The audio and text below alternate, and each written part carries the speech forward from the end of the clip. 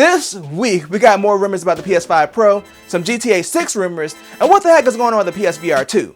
Well, let's just go ahead, together, as a people of course, and check it out!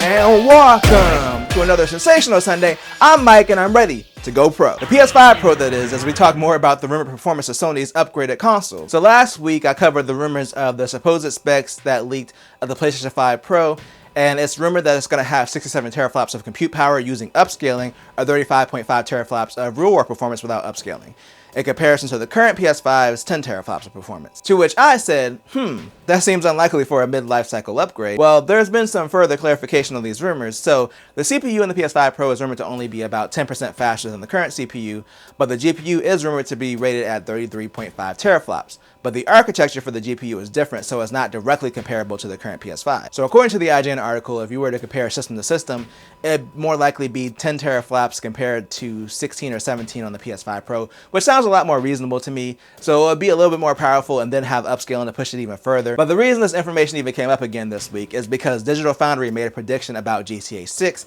based on these leaked specs. They're saying that the game is likely to run at 30 frames per second on both the PS5 and the PS5 Pro, since the CPU is the same and the RAM is also rumored to be the same at 16 gigs on the PS5 Pro. Now, of course, this is all speculation, but as the IGN article points out, none of the previous games ran at 60 frames per second at launch, and I don't think it'll really be that big of a deal as long as they can run at a consistent 30. But I guess we'll find out more if there's going to be a PS5 Pro by the end of the year, and I guess we'll find out more about GTA 6 in 2025. Or maybe not, because there are some rumors that the game may be running into some development trouble and facing a potential delay. So this information is coming from publications who are interviewing employees anonymously who are currently working on the game.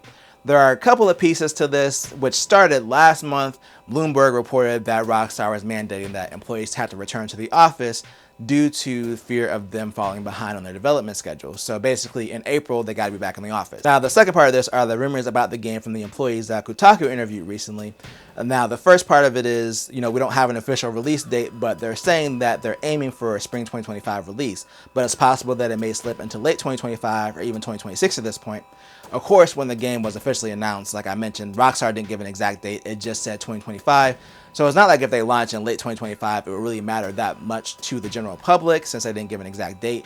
It would probably matter internally for their financials if they had forecasted based on the game being out in spring of 2025. Now, of course, the other side of this from the employee perspective is a lot of the employees are unhappy with having to return to the office, and they're also fearing that they may have to crunch in order to meet the deadline for the game.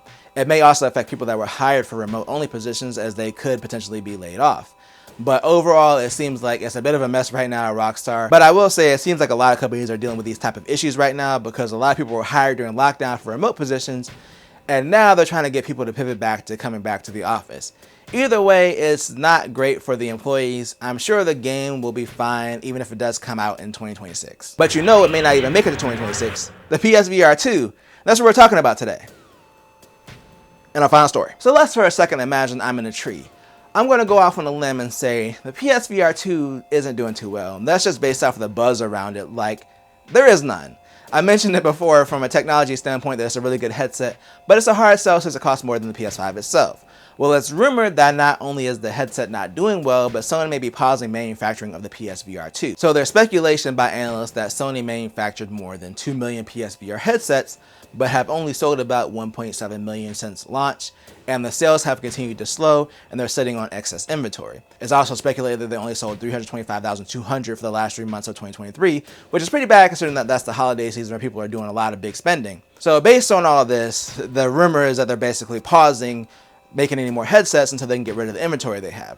Sony hasn't confirmed anything related to this, so this is why I'm treating it as a rumor, but it doesn't sound like it's too far-fetched. The reason that the PSVR1 did well is because VR was still new and there was still a lot more interest in it, and it was one of the cheapest ways to experience VR at the time.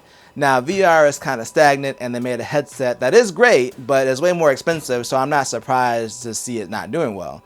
Also, we had Sony recently say that they're testing PC compatibility for the headset and plan to have it available by the end of the year. Like I mentioned, when that news came out, they can sell hardware and potentially software to the PC market, so it makes a lot of sense. If they can get the PC compatibility working, that'll probably help them clear out the inventory they have just sitting around. But let me know in the comments how you feel about the PSVR2. Do you think it's potentially in danger of being discontinued? Again, let me know down below. And if you enjoyed this video, then make sure to tell a friend, tell a coworker, like, share, subscribe, and hit that bell notification button thing to be notified when I drop a video or a live stream. And always do at least 2 things at the same time.